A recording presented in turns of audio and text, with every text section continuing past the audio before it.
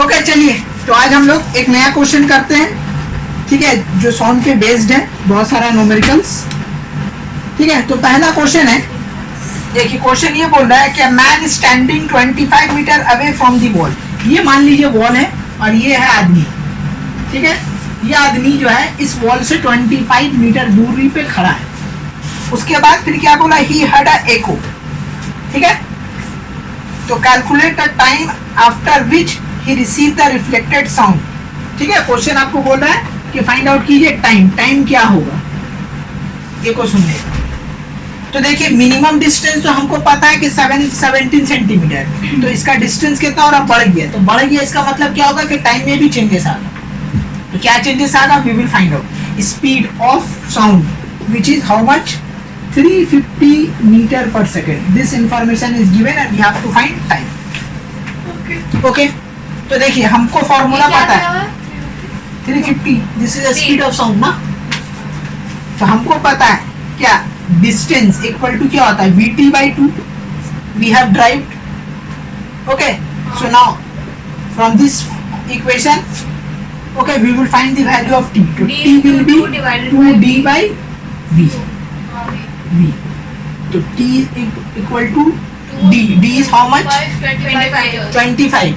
Remember one thing, ये 25 जो centimetre दिया हुआ है, ये जो है दूरी पे खड़ा है। एको जब होगा मतलब 25 सेंटीमीटर इधर, अब फिर रिटर्न भी आएगा 25 सेंटीमीटर। ठीक है, जिसका वजह से ये 2 आया। हाँ, तो ये 2 इंटू कितना हो जाएगा, 25 डिवाइडेड बाई कितना होगा, 350। कैंसिल आउट करो, देखो ये 25 से कट रहा है क्या, 25 बन जाए 25, 25 1 4 14, आई थिंक सो। ठीक है, तो कितना आया 1/7। 1/7 दैट मीन 0.143 सेकेंड। इतना सेकेंड में हमको क्या होगा, एको सुनाई देगा। यही आपका पहला क्वेश्चन है। ठीक है,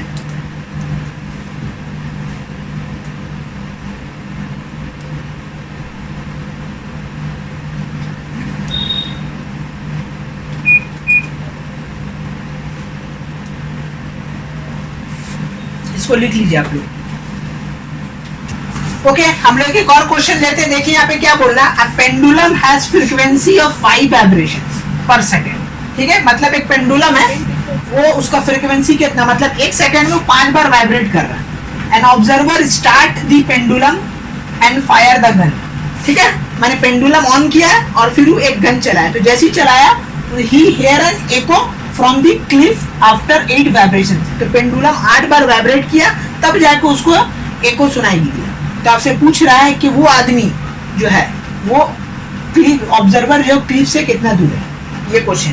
मैंने पेंडुलम ऑन करके वो गोली चलाया, चलाने का 8 वाइब्रेशन, मैंने पेंडुलम 8 बार मूव किया, वाइब्रेट किया, उसका बाद जाके उसको एको सुनाई दिया। तो कोई आपसे क्वेश्चन कर रहा है कि ये कितना दूरी पे वो खड़ा है, मैंने फाइनली उसको फाइंड आउट क्या करना है, डिस्टेंस। तो अब सवाल ये उठता है, यहाँ पे कॉम्प्लिकेटेड ये है कि 5 वाइब्रेशन, हम लोग तो काम करते हैं टाइम पीरियड में, यहाँ पे वाइब्रेशन। तो आप लोग एक फॉर्मूला लिख के दिया था, याद है कि t इक्वल टू क्या होता है, 1/f। तो ये देखो ये वाइब्रेट कर रहा है। ठीक है, पेंडुलम फ्रीक्वेंसी 5 वाइब्रेशन, मतलब के एक सेकंड में वो 5 बार वाइब्रेट कर रहा है ना। तो इसका हम लोग अगर टाइम पीरियड निकालेंगे तो कैसे होगा, देखो पेंडुलम वाइब्रेट, ओके,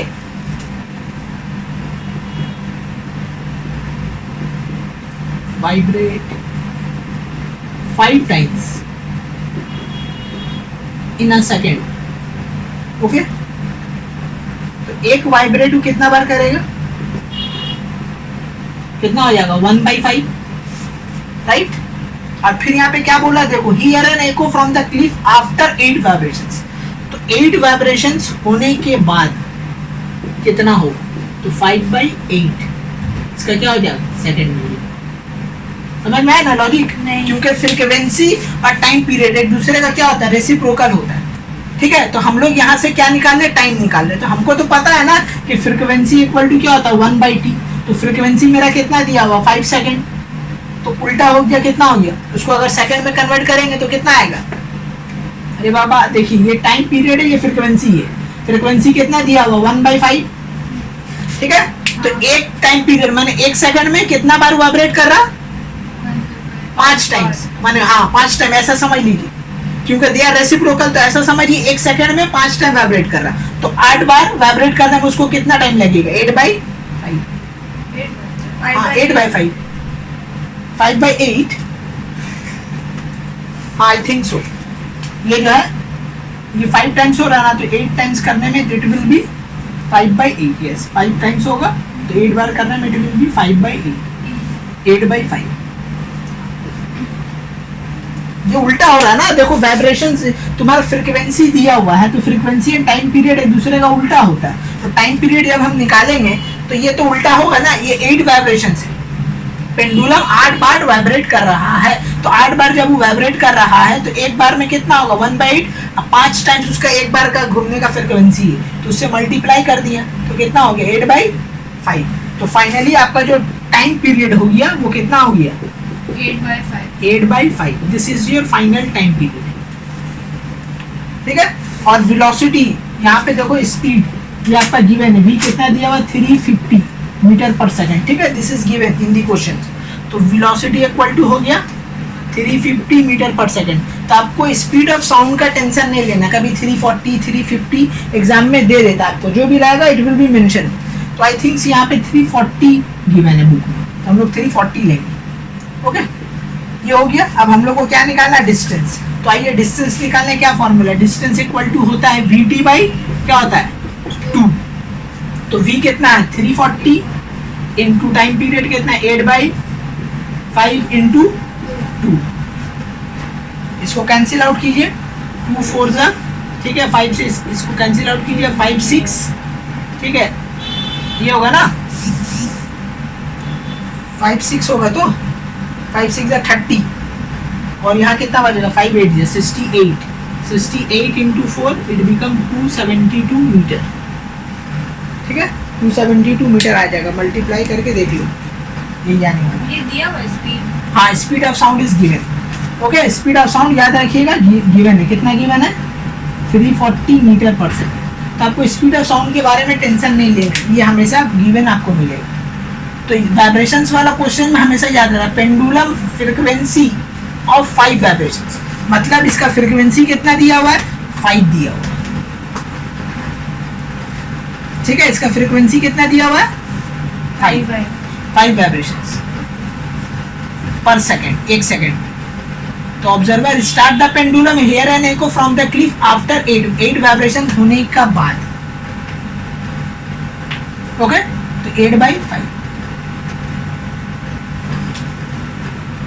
यहाँ तो ठीक ही लिखे थे, 1/5 8/5, क्या होगा? पेंडुलम वाइब्रेट 1 टाइम इन, ठीक है, 1 टाइम इन 1/5 सेकंड, ठीक है। पेंडुलम वाइब्रेट 5 टाइम्स जो है वाइब्रेट कर रहा है, कितना? 1 सेकंड में। तो एक बार कितना बार वाइब्रेट करेगा? 1/5 सेकंड में, ठीक है। तो वाइब्रेशन हुआ कितना? गन चलाने के बाद 8 से मल्टीप्लाई कर दिए, यही है लॉजिक। 5 बार वाइब्रेट हो रहा है 1 सेकंड में, ठीक है। तो एक वाइब्रेट कितना होगा 1 सेकंड में? तो 1/5 1 सेकंड में एक बार वाइब्रेट, समझ लेना कॉन्सेप्ट ये है। एक बॉडी 1 सेकंड में 5 बार वाइब्रेट कर रहा है, ऐसे 5 बार कर रहा है। तो आपसे ये बोला जा रहा है कि 1 सेकंड में, माने एक बार वाइब्रेट कितना सेकंड में करेगा? तो 1/5 सेकंड में करेगा, सिंपल लॉजिक लग गया। अब फिर अल्टीमेटली हुआ कितना? 8 बार वाइब्रेट, तो 8 से मल्टीप्लाई कर दिएगी, तो ये आपका आ गया। तो ये सब में ट्विस्ट बस आपका यही था, 5 वाइब्रेशन 8 वाइब्रेशन, ठीक है। तो जब भी ऐसा दे देगा तो ये याद रखना, फ्रीक्वेंसी टाइम पीरियड एक दूसरे का उल्टा होता है। तो फ्रीक्वेंसी अगर 5 दिया तो टाइम पीरियड क्या हो जाएगा? 1/5, और फिर 8 से मल्टीप्लाई कर देंगे जितना बार वाइब्रेशन हो। इसी के लिए इसको हम यूनिटरी मेथड से किए, ताकि समझ में आएगा कि हाँ पेंडुलम वाइब्रेट किया 5 times in a second, okay. तो ये हो गया आपका फाइनल आंसर। चलिए इसको लिख लीजिए, फिर हम लोग नेक्स्ट क्वेश्चन करते हैं, ओके। एक और क्वेश्चन लेते हैं जिसमें बोला गया कि एक आदमी जो है खड़ा है इस तरीके से, मान लीजिए यहाँ पे एक आदमी खड़ा है, ठीक है। यहाँ पे 2 क्लिफ है, एक है तुम्हारा क्लिफ 1, ठीक है, और एक है आपका क्लिफ 2। क्लिफ 2। ठीक है, ये आदमी है। क्लिफ मतलब है पहाड़ का कुछ ऊंचा जगह जो होता है, जो पहाड़। अब क्या हुआ कि अचानक से इसको एको सुनाई दिया, ठीक है, तो यहाँ से एको का आवाज इसको सुनाई दे रहा है कितना सेकंड में, आपका 4 सेकंड, और यहाँ से इसको एको सुनाई दिया, एक क्लिप से टकरा के आया तो उसको कितना सेकंड में, 6 सेकंड। मैंने खेला ये हो रहा है कि आदमी जो आया 2 क्लिप का बीच में आया और आके चिल्लाया हेलो, तो इधर से उसको सुनाई दिया 4 सेकंड में एको, और इधर से उसको सुनाई दिया 6 सेकंड में एको। तो आपसे पूछ रहा है calculate the distance between the clip, ठीक है, इन दोनों क्लिप का बीच का डिस्टेंस कितना है ये बताइए। हमको फाइंड क्या करना है, distance between, okay, 2 clips, 2 clips का डिस्टेंस हमको फाइंड आउट करना है। ओके, स्पीड ऑफ साउंड जो है वो आपका दिया हुआ है, कितना स्पीड ऑफ साउंड है, विच इज 330 मीटर पर सेकेंड। ओके, 330 नहीं 320 दिया वो, कुछ भी दे देता है, ठीक है, एयर में वैरी करता है, 320 330 340 कुछ भी, तो जो दे देगा वही यूज कर लेंगे, और नहीं देगा तो 340 लेंगे। हो गया, चलिए क्वेश्चन, तो इसको कैसे सॉल्व करेंगे भाई, सवाल ये उठता है। तो देखिए सबसे पहले एक साइड का हम लोग निकालेंगे डिस्टेंस, समझ लिए, पहले एक साइड का डिस्टेंस हम लोग निकालेंगे कितना होगा, और फिर इस साइड का डिस्टेंस निकालेंगे कितना होगा, फिर दोनों को क्या कर देंगे, ऐड कर देंगे, डिस्टेंस बिटवीन द क्लिप निकल जाएगा। तो जब भी ऐसा क्वेश्चन है डिस्टेंस बोले तो एक एक करके निकालेंगे, तब हम लोग निकालेंगे, हेडिंग देंगे distance of a person from, okay, cliff 1, D1 equal to क्या हो जाएगा 2VT, VT1/2, हाँ VT/2, ठीक है।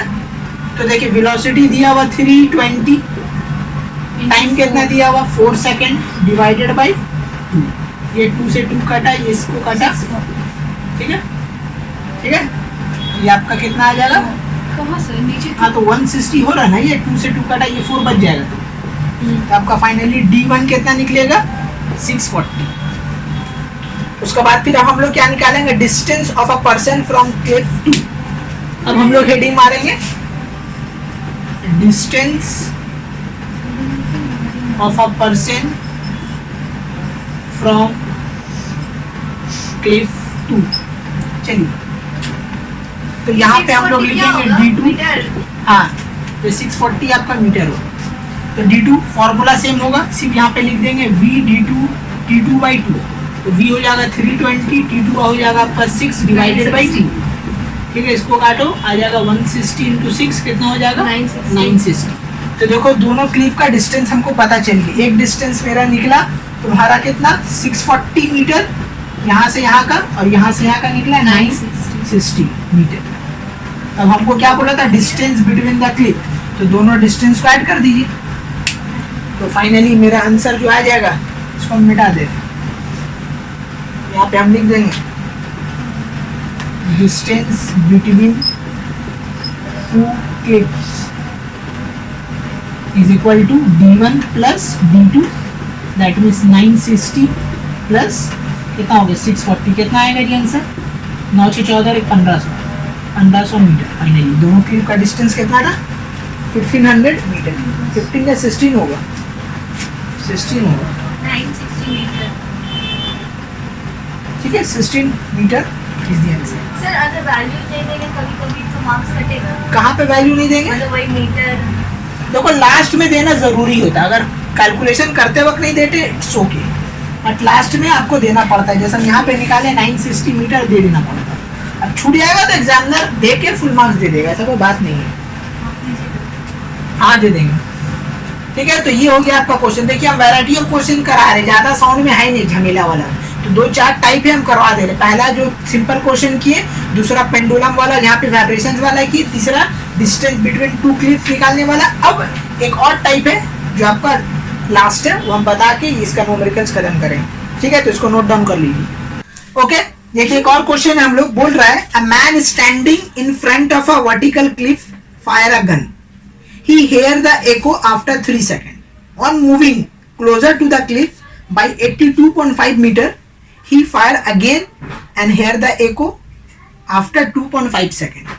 Find the distance of Cliff from the initial position. ये आपका क्वेश्चन है. क्वेश्चन ये बोल रहा है कि मान लीजिए ये एक आदमी है, ठीक है, और ये एक आपका क्लिफ है. वो गन चलाया, गन चलाने के बाद उसको एको सुनाई दिया यहां से यहां, या रिफ्लेक्शन हुआ, रिफ्लेक्ट बैक हुआ, उसको एको सुनाई दिया. कितना सेकंड में? 3 सेकंड में उसको सुनाई दिया. उसके बाद फर्दर, ये तो उसका इनिशियल पोजीशन था, ठीक है. उसके बाद फिर यहाँ क्या किया? मूव करना शुरू किया. मूव किया, फिर यहाँ आ गया वो, ठीक है, यहाँ आ गया वो बंदा, ठीक है. अब वो यहाँ आ गया. अब यहाँ आने का बाद अगेन क्या, वो उसको एको सुनाई दिया. तो यहाँ से यहाँ उसको एको सुनाई दिया. कितना देर में? 2.5 सेकंड में उसको यहाँ से यहाँ एको सुनाई दिया. और जब यहाँ से यहाँ आगे बढ़ा तो कितना मीटर ट्रैवल किया? ये गिवन है आपका क्वेश्चन में 82.5 मीटर. ओके, तो आपको बोला find the distance of the Cliff from the initial position. यहाँ से यहाँ का डिस्टेंस हम लोग को फाइंड आउट करना है, ठीक है. मान ओरिजिनल पोजीशन से क्लिफ का कितना डिस्टेंस है हम लोग को फाइंड आउट करना है. 82.5 मीटर क्या है? 82.5 यहाँ मूव किया ना. क्वेश्चन ये है कि आदमी यहाँ खड़ा होके था, गन चलाया, एको सुनाई दिया उसको 3 सेकंड में. उसके बाद फिर 82.5 मीटर टुवर्ड्स क्या, क्लिफ का तरफ बढ़ा. बढ़ने के बाद फिर गन चलाया, फिर उसको सुनाई दिया 2.5 सेकंड में, अगेन सेकंड एको. तो आपसे पूछ रहा है कि ओरिजिनल जब पोजीशन में था तो इस वक्त उसका कितना था डिस्टेंस. तो हम लोग 0.5 लेके करेंगे. 0.5 लेके क्या करेंगे? 0.5 ये टाइम थोड़ी सब्ट्रैक्ट होगा. गलत कर रही हैं आप लोग, टाइम सब्ट्रैक्ट नहीं होगा. तो 2.5 लेके करेंगे, ठीक है. टाइम सब्ट्रैक्ट होगा ही नहीं. आपको 2 अलग अलग निकालना है. यहाँ पे 2 अलग अलग निकालना है. मान लीजिए यहाँ से यहाँ का जो डिस्टेंस है ये कितना है? d है, ठीक है. आई एम अज्यूमिंग दैट कि let the distance of a man from the Cliff d, क्या मान लिया? d. ओरिजिनल डिस्टेंस कितना है? d है. तो अब गौर से आप लोग देखिए, ये है 82.5, ये है आपका कितना? 82.5. तो ये डिस्टेंस कितना होगा? टोटल d है. तो ये आप लोग लिख सकते हैं d माइनस 82.5. यही हो जाएगा आपका, इतना मीटर लगेगा, ठीक है. तो दोनों डिस्टेंस पता हो गया. अब हम लोग क्या करेंगे? यहाँ पे कॉन्सेप्ट लगाएं. क्या कॉन्सेप्ट लगेगा? देखो, दोनों जब एको सुनाई दे रहा है तो दोनों में एक चीज कॉमन है कि दोनों जब एको सुनाई दिया तो दोनों का मीडियम सेम है. तो मीडियम सेम होने के कारण दोनों का स्पीड क्या हो जाएगा? सेम हो जाएगा. जब स्पीड सेम हो जाएगा तो हम लोग स्पीड सेम करके खेला करेंगे. यहीं से स्टार्ट होगा आपका. माने जो इन्फॉर्मेशन जो दिया हुआ है, स्पीड ऑफ अ साउंड से हम लोग स्टार्ट करेंगे. स्पीड दिया हुआ है, स्पीड, हाँ दिया हुआ है. स्पीड ऑफ साउंड दिया हुआ है. मैंने यहाँ पे एक्चुअली बोला है निकालने. स्पीड ऑफ साउंड यहाँ दिया भी नहीं है. आपको स्पीड ऑफ साउंड यहाँ निकालना भी है. तो यहाँ पे स्पीड ऑफ साउंड हम लोग यूज नहीं करेंगे, समझे बात ना. स्पीड ऑफ साउंड दे या ना दे? स्पीड ऑफ साउंड दे. स्पीड हाँ देगा, लेकिन ये सब में निकालने बोला है.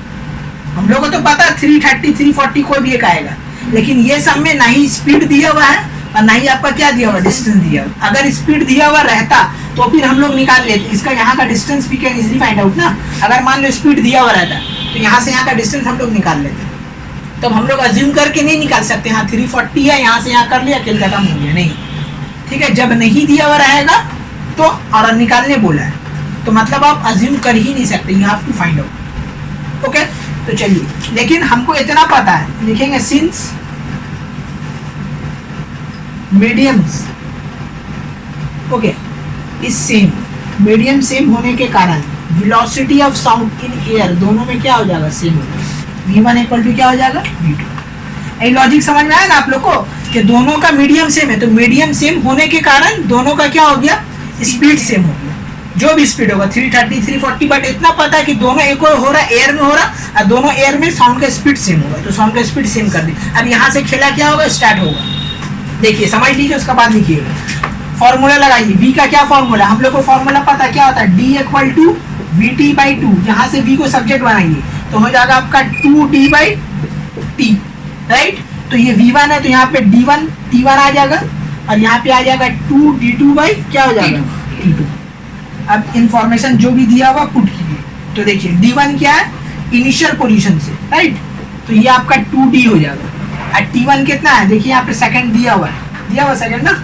इनिशियल पोजीशन से 3 सेकंड, यहाँ से यहाँ आपका 3 सेकंड दिया हुआ है. तो यहाँ हम लोग पुट कर देंगे 3 सेकंड इक्वल टू 2d2. देखो d2 क्या होता है? D2 कौन सा ले, 82.5 ले या ये ले?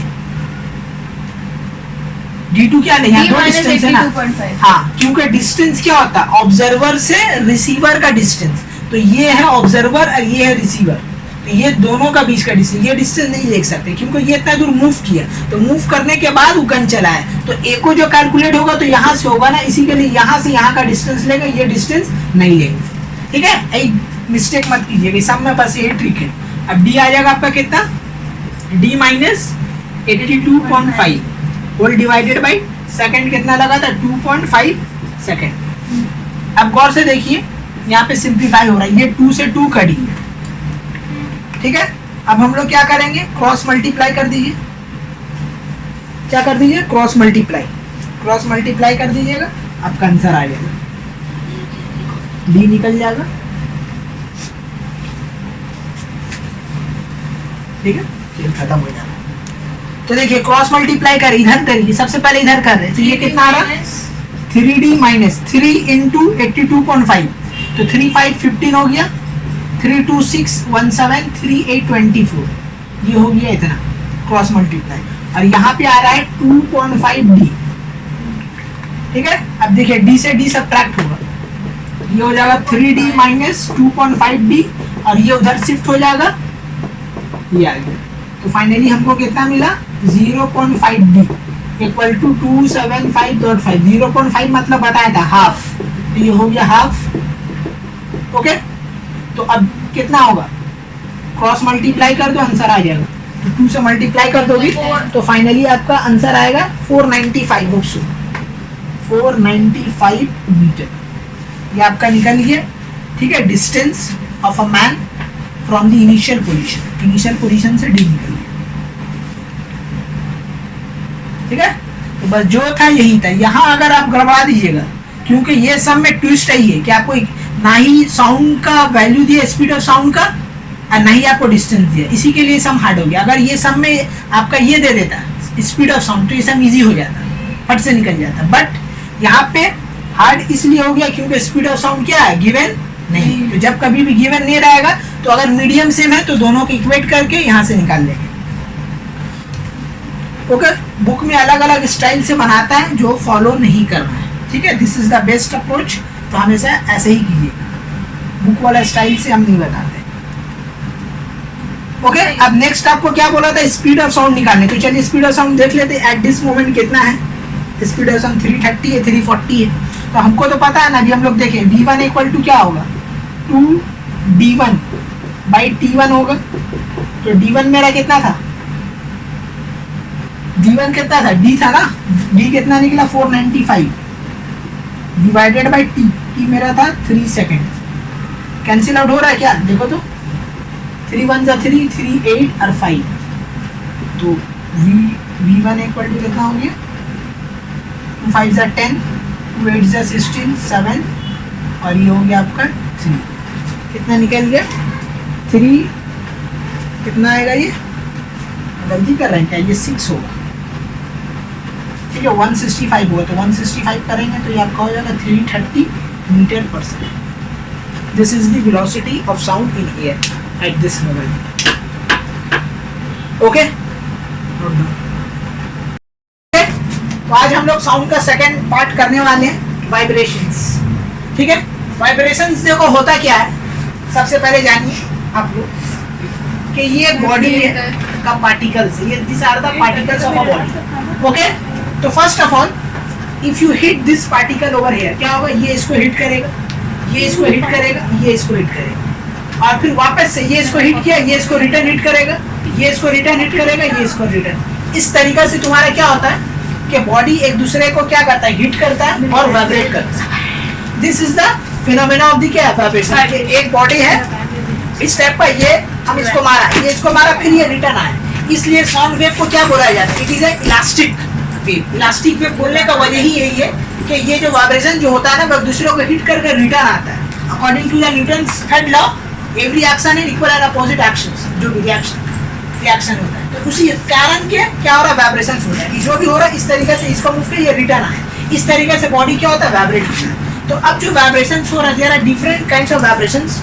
ठीक है, हम लोग के है सिलेबस में जो हम लोग जानेंगे। तो सबसे पहले हम लोग जानेंगे कि नेचुरल वाइब्रेशंस क्या होता है, ठीक है, नेचुरल वाइब्रेशन, ठीक है। देखिए नेचुरल वाइब्रेशन को समझिए, अगर मान लीजिए कोई भी एक ऑब्जेक्ट यहाँ से पकड़े हुए हैं, अब ये ऑब्जेक्ट को कहाँ ले जा रहे हैं, वैक्यूम में, जहाँ पे कोई मीडियम नहीं, उस वैक्यूम में ले जाने के बाद अगर आप इसको एक बार पुश करके छोड़ दीजिएगा तो ये बॉडी क्या होगा, वाइब्रेट करता रहेगा। Such a vibration is called natural vibration.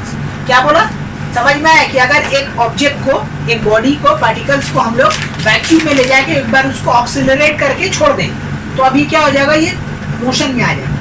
तो सच अ वाइब्रेशंस, मैंने मोशन में आएगा तो वाइब्रेशंस होगा, तो such a vibrations is called natural vibration. तो नेचुरल वाइब्रेशन होने के लिए बॉडी को कहाँ शिफ्ट करना होगा, you have to keep it inside the vacuum. तो वैक्यूम में होगा तो बॉडी क्या होगा, वो वाइब्रेट करता ही जाएगा टिल इंफिनिटी, को रुकेगा। ठीक है, हाँ, तो हम सब लिख रहे हैं। सबसे पहले नेचुरल वाइब्रेशन में क्या क्या हो सकता है, क्या क्या होगा, वो हम लोग जानेंगे नेचुरल वाइब्रेशन। तो देखिए नेचुरल वाइब्रेशन क्या हो रहा है, वैक्यूम है, तो वैक्यूम में क्या होता है, कोई एयर नहीं, तो कोई एयर नहीं मतलब कोई एयर का फोर्स नहीं, तो मतलब हम लोग बोल सकते हैं क्या, रेजिस्टिव फोर्स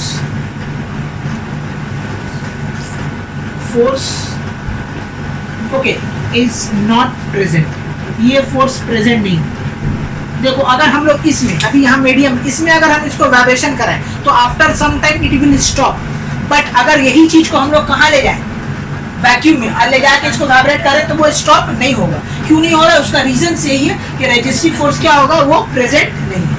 ठीक है, हम लोग ऐसा भी बोल सकते हैं, रेजिस्टिव फोर्स इज एब्सेंट। दूसरा ये बोल सकते हैं हम लोग, ठीक है, force is external force is absent, इसका दूसरा नाम एक्सटर्नल फोर्स भी बोल सकते हैं। रेजिस्टिव फोर्स क्या होता है, ठीक है, एक्सटर्नल फोर्स इज एब्सेंट, ये भी हम लोग बोल सकते हैं। देखो रेजिस्टिव फोर्स होता क्या है कि अगर कोई बॉडी एयर में है तो एयर में है और वो क्या हो रहा है, वाइब्रेट कर रहा है, तो एयर क्या चाहता है कि उसको वाइब्रेशंस को रोक दे, तो जो रोकने के लिए जो फोर्स अप्लाई करता है उसी फोर्स को हम लोग क्या बोलते हैं, resistive force.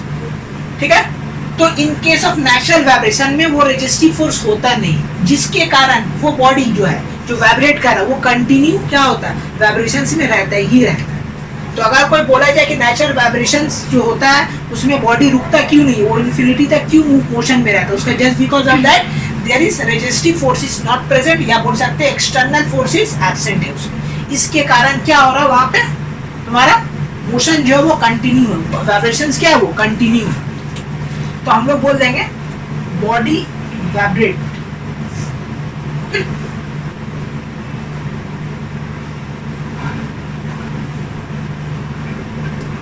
will vibrate okay till infinity times। infinity times क्या होगा, बॉडी वाइब्रेट करता ही जाएगा, है infinity times। Okay, infinity times क्या होगा, बॉडी वाइब्रेट करता ही जाएगा। अब देखो, अब बॉडी अगर कोई वाइब्रेट करता ही जा रहा, उसमें क्या कोई रेजिस्टिव फोर्स है ही नहीं। तो अब सोचो अगर कोई बॉडी में रेजिस्टिव फोर्स है ही नहीं और वो बॉडी वाइब्रेट कर रहा है, तब वो जो वाइब्रेट करेगा तो कुछ इस तरीके से वाइब्रेट करेगा ना, इस तरीके से वाइब्रेट करेगा। और एक चीज तुम नोटिस करो कि जो इसका वाइब्रेशन का जो एम्पलीट्यूड होगा वो क्या होगा, सेम होगा हर जगह। क्यों, क्योंकि एम्पलीट्यूड उसी वक्त घटेगा जब क्या होगा, कोई रेजिस्टिव फोर्स अप्लाई होगा। लेकिन यहाँ पे तो कोई रेजिस्टिव फोर्स है नहीं, मतलब जितना भी साउंड वेव बनने वाला है सब में एम्पलीट्यूड क्या होगा, सेम होगा। तो हम लोग एक पॉइंट और ऐड कर सकते हैं यहाँ पे कि एम्पलीट्यूड रिमेन क्या होगा, कांस्टेंट। हम लोग एक पॉइंट और बोल देंगे नेचुरल वाइब्रेशन में कि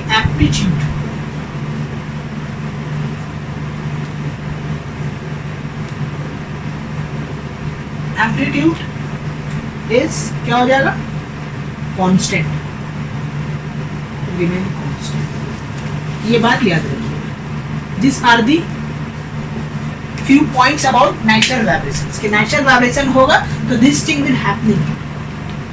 ठीक है,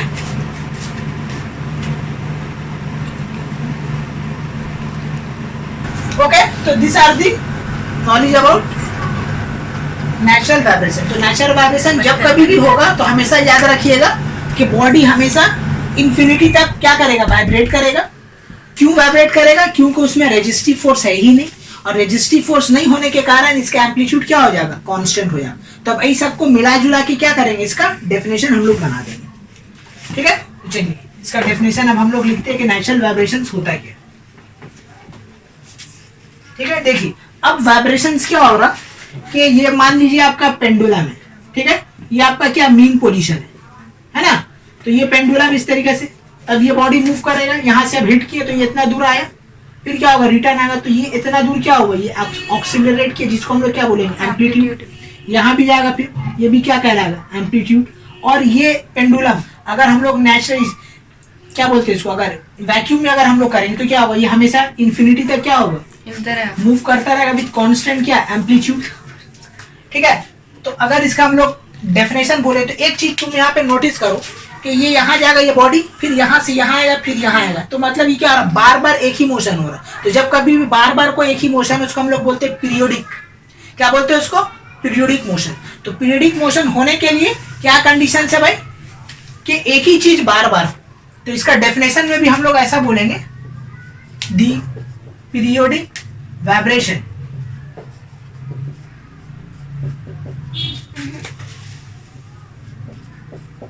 okay, periodic vibration of constant amplitude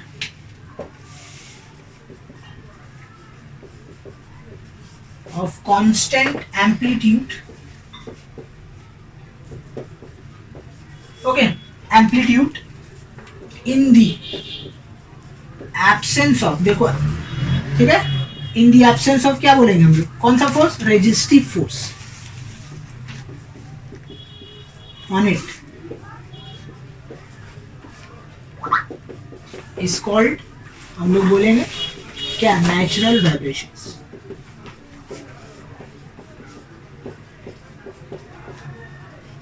okay, this is the perfect definition of natural vibration. तो नेचुरल वाइब्रेशन क्या होता है ये आप लोग जान लीजिए। ओके, नेचुरल वाइब्रेशंस एक पीरियोडिक वाइब्रेशन है जहां पे एम्पलीट्यूड हमेशा कांस्टेंट रहेगा और रेजिस्टिव फोर्स एब्सेंट रहेगा। ठीक है, वही देखो, वही जो हम बोला वहीं से डेफिनेशन बना है। पीरियोडिक क्यों वर्ड आया यहाँ आप लोग को हम समझा दिए कि एक ही चीज बार बार हो रही है, इसीलिए हम लोग को बोला गया पीरियोडिक वाइब्रेशन। और इट, यहाँ पे इट का क्या मतलब? ठीक है, ऑन इट माने जो अप्लाई हो रहा है ना फोर्स, रेजिस्टिव फोर्स तो कहीं अप्लाई होता है ना कोई बॉडी के ऊपर, तो जिसके ऊपर अप्लाई हो रहा है उसके बारे इट में के मतलब कोई बॉडी? हाँ, कोई बॉडी, यस। ठीक है, the periodic vibrations of a body यहाँ पे अगर लगा दोगे तो सही रहेगा। चलो, ऑफ अ बॉडी अगर बोल देंगे, of a body at constant, ठीक है, at of constant temperature. Body यही लगा दी। ठीक है, the periodic vibration of a body of constant amplitude in the absence of resistive force on it is called natural vibration. ठीक है, ये है तुम्हारा नेचुरल वाइब्रेशन। तो नेचुरल वाइब्रेशन आप लोगों को समझ में आएंगे कि नेचुरल वाइब्रेशन कब होगा कि अगर एक बॉडी को हम लोग, ऑब्जेक्ट को, जो भी बोलो, उसको ले जाके अगर हम लोग कहाँ ऑक्सीलरेट करवाएं? वैक्यूम में, और जो वाइब्रेशन होगा उस वाइब्रेशन को हम लोग नेचुरल वाइब्रेशन बोलेंगे। और यहाँ पे क्या बोला हम लोग कि नेचुरल वाइब्रेशन है, एक बार आप पुश कर दीजिए उसके बाद क्या होगा? बॉडी वाइब्रेट करते ही जाएगा, करते ही टिल इंफिनिटी तक। क्यों इंफिनिटी तक हो रहा भाई? क्योंकि उसमें कोई एक्सटर्नल फोर्स अप्लाई नहीं। ये सब बात याद रखिए कि नेचुरल फोर्स कब होगा। हम लोग बोला अगर कोई बॉडी को वैक्यूम में ले जाके ऑक्सीलरेट कर देंगे तभी नेचुरल फोर्स होगा। तो नेचुरल फोर्स होगा तो क्या चीज कांस्टेंट रहेगा? तो भाई कांस्टेंट क्या रहेगा? एम्पलीट्यूड। क्या बोला गया? Of constant amplitude. एम्पलीट्यूड क्या रहेगा? कांस्टेंट रहेगा, वो चेंज नहीं। इसका अगर ग्राफ देखोगे, ठीक है, ग्राफ, ग्राफिकल रिप्रेजेंटेशन, ठीक है, ऑफ एनवी लिख रहे। एनवी का फुल फॉर्म होता है नेचुरल वाइब्रेशंस। ठीक है, तो देखिए इसको कैसे समझें। ये है, ठीक है, ये तुम्हारा हो जाएगा डिस्प्लेसमेंट। ओके जी, और ये आपका हो जाएगा टाइम। तो मान लीजिए ये एक वाइब्रेशन हुआ,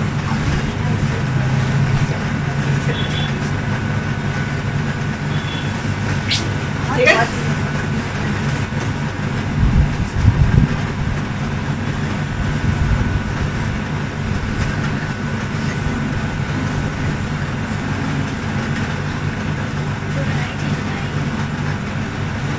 देखिए गौर से देखिए, ये इसका क्या है, this is the mean position, ये जो है आपका क्या है, मीन पोजीशन है। तो देखिए ये मीन पोजीशन है, ये मीन पोजीशन से गया एम्पलीट्यूड, फिर डाउन हो गया, यहाँ पे आ गई 0। तो ये एक एम्पलीट्यूड, ये दूसरा, ये तीसरा, ये चौथा, इस तरीके से वेव किया। और यहाँ पे हम लोग क्या बताए थे, कांस्टेंट एम्पलीट्यूड होगा, तो इसी के लिए हर वेव का जो लेंथ होगा, डिस्प्लेसमेंट जो भी होगा मीन से हमारा, ठीक है, एक्सट्रीम पोजीशन का जो भी डिस्प्लेसमेंट होगा that is fixed, it can not be change. तो ये आपका क्या है, ये भी रहेगा ए, ओके, ये भी रहेगा क्या, ए, सारा का सारा क्या रहेगा, ए ही रहेगा, ओके। तो ये हो गया। अब इसमें एक चीज जानिए, एम्पलीट्यूड तो आप लोग जानेंगे, वेवलेंथ क्या होता है, आई टोल्ड यू कि दोनों क्रिस्ट का डिफरेंस, ये जो कहलाएगा ये आपका क्या कहलाएगा, वेवलेंथ कहलाएगा। फ्रीक्वेंसी क्या होता है भाई, फ्रीक्वेंसी क्या होगा, number of waves form in 1 second. 1 second में जितना वेव बनेगा वो उसका क्या हो जाएगा, फ्रीक्वेंसी हो जाएगा, ठीक है। अब देखो क्योंकि ये फ्रीक्वेंसी नेचुरली हो रहा है, इसी पर इसका नाम हो गया नेचुरल फ्रीक्वेंसी। टाइम पीरियड, तो यहाँ जो टाइम पीरियड, जितना भी टाइम पीरियड लगा, 1 सेकंड 2 सेकंड, हम लोग क्या बोलेंगे, नेचुरल टाइम पीरियड बोलेंगे, ठीक है। एक वर्ड हम लोग जोड़ देंगे नेचुरली। तो अगर कोई बॉडी, ठीक है, वैक्यूम में वाइब्रेट कर रहा है तो उसका जो फ्रीक्वेंसी कहलाएगा वो क्या कहलाएगा, नेचुरल फ्रीक्वेंसी। उसका जो टाइम पीरियड होगा they are called natural time, ठीक है, पीरियड, नेचुरल पीरियड भी होगा, ओके। तो this are the graphical representation of क्या, एनवी मींस नेचुरल वाइब्रेशंस। हाँ सब आएगा, जो पढ़ा रहे सब आएगा, नथिंग इज क्या बोल सकते, नॉट इम्पोर्टेंट। तो जो पढ़ा रहे समझ के रहिएगा, रटने की कोई जरूरत नहीं, डेफिनेशन आपको समझा दिया गया कि नेचुरल वाइब्रेशन कब हो रहा है, किसकी वजह से हो रहा है, ठीक है, और वहाँ पे उसका जो वाइब्रेशन है वो रुक क्यों नहीं रहा, उसका रीजन, ठीक है। अब आते हैं इसके बारे में थोड़ा सा और जानते हैं हम लोग, क्योंकि एग्जाम में क्वेश्चन आता है। देखिए पेंडुलम के बारे में अगर हम लोग जानेंगे, ठीक है, पेंडुलम के बारे में, सिंपल पेंडुलम,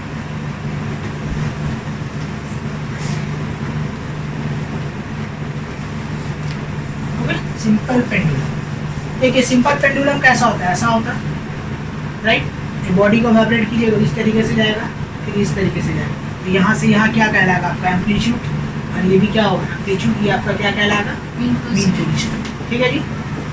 अब देखिए इसको अगर रिलेट करके हम लोग एक फॉर्मूला बनाया, तो हम लोग देखे थे फॉर्मूला है, क्या फॉर्मूला है, इसका डेरिवेशन हम नहीं कर रहे, इसका फॉर्मूला है आपका टाइम पीरियड इक्वल टू होता है 2 pi square root of L by क्या हो जाएगा, जी। एल क्या है, लेंथ ऑफ द पेंडुलम, ये जो लेंथ है, this length is known as L, ठीक है, और जी क्या है, एक्सेलरेशन ड्यू टू ग्रेविटी। तो एक टाइम पीरियड और लेंथ को लेके एक फॉर्मूला बन गया, स्क्वायर रूट ऑफ क्या है, L by g, this is the formula of what, time period. तो अब देखो जितना ज्यादा लेंथ, माने जो पेंडुलम का लेंथ जितना ज्यादा बढ़ाएंगे टाइम पीरियड उतना ज्यादा हो, ठीक है। जितना कम करेंगे लेंथ उतना टाइम पीरियड कम होगा, acceleration due to gravity and time period दूसरा क्या है, इनवर्सली प्रोपोर्शनल। जितना जल्दी कोई बॉडी को जी टानेगा, मैंने जा रहा जी खींचा, तो जितना जल्दी खींचेगा जी को क्या होगा, जी जितना कम होगा टाइम पीरियड उतना क्या होगा, ज्यादा होगा। और जी जितना क्या खींचे, देर से खींचेगा, टाइम पीरियड उतना ज्यादा हो, क्योंकि जी जल्दी खींचे ले रहा तो पेंडुलम जल्दी जल्दी खींचेगा, और जी अगर कम लगेगा तो पेंडुलम देर से आएगा रिटर्निंग पोजीशन पे, तो टाइम पीरियड उसका बढ़ जाएगा, ठीक है। अब इसका हम लोग बात करें नेचुरल फ्रीक्वेंसी का, तो नेचुरल फ्रीक्वेंसी हम लोग जानते क्या होता है, F is reciprocal to time period. तो मतलब ये वैल्यू को यहाँ पुट कर सकते हैं, यहाँ पुट कर दोगे तो देखो फॉर्मूला उलट जाएगा, क्या हो जाएगा मालूम है, 1/2 पाई हो जाएगा square root of g by L हो जाएगा, ठीक है। यही फॉर्मूला यहाँ पुट कर दिया, तो देखो उल्टा हो गया, एल ऊपर आ गया जी नीचे आ गया। तो अब हम लोग क्या बोल सकते हैं कि अगर कोई पेंडुलम का लेंथ जितना ज्यादा होगा उसका फ्रीक्वेंसी, नेचुरल फ्रीक्वेंसी क्या होगा, उतना कम होगा, राइट। और जिसमें एक्सेलरेशन ड्यू टू ग्रेविटी ज्यादा होगा तो उसका क्या होगा, फ्रीक्वेंसी ज्यादा होगा, ठीक है। तो ये सब बात याद रखिए। ये एक है तुम्हारा और क्या, vibration on the stretch wire, stretch wire पे बेस करके एक तुम्हारा क्या क्वेश्चन आता है एग्जाम में। तो ये सिंपल पेंडुलम था, स्ट्रेच वायर हम लोग एक वायर को लेते हैं, अब वायर कुछ भी हो सकता है, तुम्हारा गिटार हो जाता है, पियानो, कुछ भी, माने एक सब्सटेंस को हम लोग लिखेंगे, ठीक है। हम लोग लिखेंगे वाइब्रेशंस ऑन स्ट्रेच वायर, ठीक है। एक वायर को अगर हम लोग खींचते हैं तो क्या क्या होता है देखिए। मान लीजिए ये वायर है, ठीक है, ये दोनों तरफ से क्या है, फिक्स्ड है, ठीक है। और ये जो पॉइंट है, this point is known as node. ये हम लोग इसको क्या बोलते हैं, इसको बोलते हैं नोड। तो एक नोड इधर है और एक नोड यहाँ तुम्हारा इधर, ठीक है। ये क्या है, this is nothing but a length L. यहाँ से इसको मान लिया क्या, एल लेंथ। अब मान लीजिए हम इसमें एक वाइब्रेशंस करने वाले हैं। कहाँ से कर रहे हैं, इसका जस्ट मिड पॉइंट से। कहाँ से करने वाले, मिड पॉइंट से हम लोग क्या करने वाले, प्लग करेंगे। प्लग मतलब इसको ऐसे टानेंगे, खींच के छोड़ देंगे। तो कहाँ से करने वाले, L/2 पे हम लोग क्या करने वाले, प्लग करने वाले। तो जैसे ही L/2 पे करेंगे क्या होगा, वाइब्रेट करेगा। अब वाइब्रेट करेगा तो क्या होगा, देखो ये लेंथ है, इसको मानो ये ऊपर जाएगा फिर नीचे आएगा, तो इस टाइप का कुछ एम्पलीट्यूड बनेगा, राइट। इस टाइप का एम्पलीट्यूड बनेगा ना। तो ये लेंथ क्या हो जाएगा, एम्पलीट्यूड कहलाएगा ये भी। तो मान लिया ए, ठीक है। वेवलेंथ का बात करें तो मान लीजिए इसमें वेवलेंथ कितना है, लैम्डा। कितना है वेवलेंथ आपका, लैम्डा। अब एक तो दूसरा केस ले, ये तो फर्स्ट केस। अब सेकंड केस आइए। सेकंड केस में हम क्या करें, जो हम लोग प्लग किए थे, कहाँ से किए थे, मिड पॉइंट से, L/2 से, ठीक है, ये मिड है। अब हम लोग कर रहे हैं थोड़ा सा L/4 पे, ठीक है। कहाँ पे कर रहे हैं हम लोग, L/4। तो मान लीजिए अब हम लोग यहाँ पे प्लग कर रहे हैं, इस पॉइंट पे हम लोग क्या करें, L/4 पे हम लोग क्या करें, प्लग करें। तो जैसे ही L/4 पे प्लग करें क्या होगा, ये अगेन ये वाइब्रेट करेगा। तो अब देखो जब L/2 पे किया ना तो एक था, अब जब इसको L/4 पे करेंगे तो क्या होगा, दो वाइब्रेशंस बनेगा ना। क्यों, अरे भाई L/4 पे कर रहे हैं ना, लॉजिक सोचो ना। L/4 पे कर रहे हैं, L/2 पे किया तो हम लोग देखा एक ऊपर गया एक नीचे आया। लेकिन जब L/4 पे करेंगे तो क्या होगा, इसका वाइब्रेशन ज्यादा होगा, वाइब्रेशन होगा ना ज्यादा। तो इस टाइप का कुछ बनेगा, ठीक है। तो जब हम लोग L/2 पे किए तो एक वाइब्रेशन हुआ, L/2 पे किए तो क्या हो गया, दो हुआ, यहाँ पे दो वेव बना। L/4 ना, हाँ L/4 सॉरी, L/4 पे किए तो यहाँ दो बना। तो हम लोग यहाँ पे प्लग किए तब जाके L/4 हुआ। अब यहाँ बात करते हैं एम्पलीट्यूड का। तब देखिए इसका एम्पलीट्यूड ये है, राइट। तब देखिए इसका एम्पलीट्यूड क्या हो गया, घट गया। तो घट के मान लिया क्या हो गया, A/2 हो गया, ठीक है। इसका वेवलेंथ का बात करें तो इसका वेवलेंथ भी क्या हो गया, घट गया, लैम्डा बाई क्या हो गया, 2 हो गया। एक और केस लेते हैं, ठीक है। अब देखिए हम लोग प्लग कहाँ किए थे, L/4 पे। अब हम लोग करने वाले कहाँ, L/6 पे। तो L/6 पे करेंगे तो अगेन क्या होगा, ये वाइब्रेट करेगा कुछ इस तरीके से, ठीक है, यही होगा ना। तो क्योंकि ये नेचुरल वाइब्रेशन है, इसका वाइब्रेशन क्या होगा, हर जगह एम्पलीट्यूड क्या होगा, सेम होगा।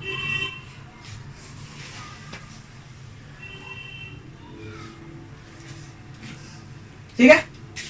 तो इस केस का एम्पलीट्यूड तीनों का सेम होगा, इस केस का सेम होगा, इस केस का दोनों का, ये भी मेरा हो जाएगा A/2 ही, राइट। और यहाँ पे कितना हो जाएगा, A/3 हो जाएगा, ठीक है। लैम्डा भी कितना हो जाएगा, λ/3 हो जाएगा। लेंथ तो L/6 पे हम लोग क्या थे, प्लग किए थे, ठीक है।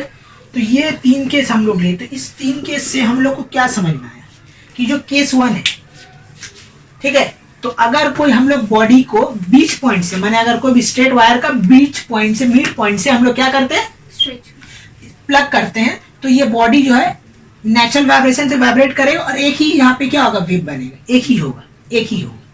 लेकिन अगर हम लोग उसको L/4 पे करेंगे, थोड़ा सा और घसका के, तो ये कितना बनेगा, दो वेव बन जाएगा, ठीक है। और अगर और घसका देंगे, L/6 कर देंगे तो कितना वेव बन जाएगा, 6, 3 बन जाएगा, मतलब 6 वाइब्रेशंस ना।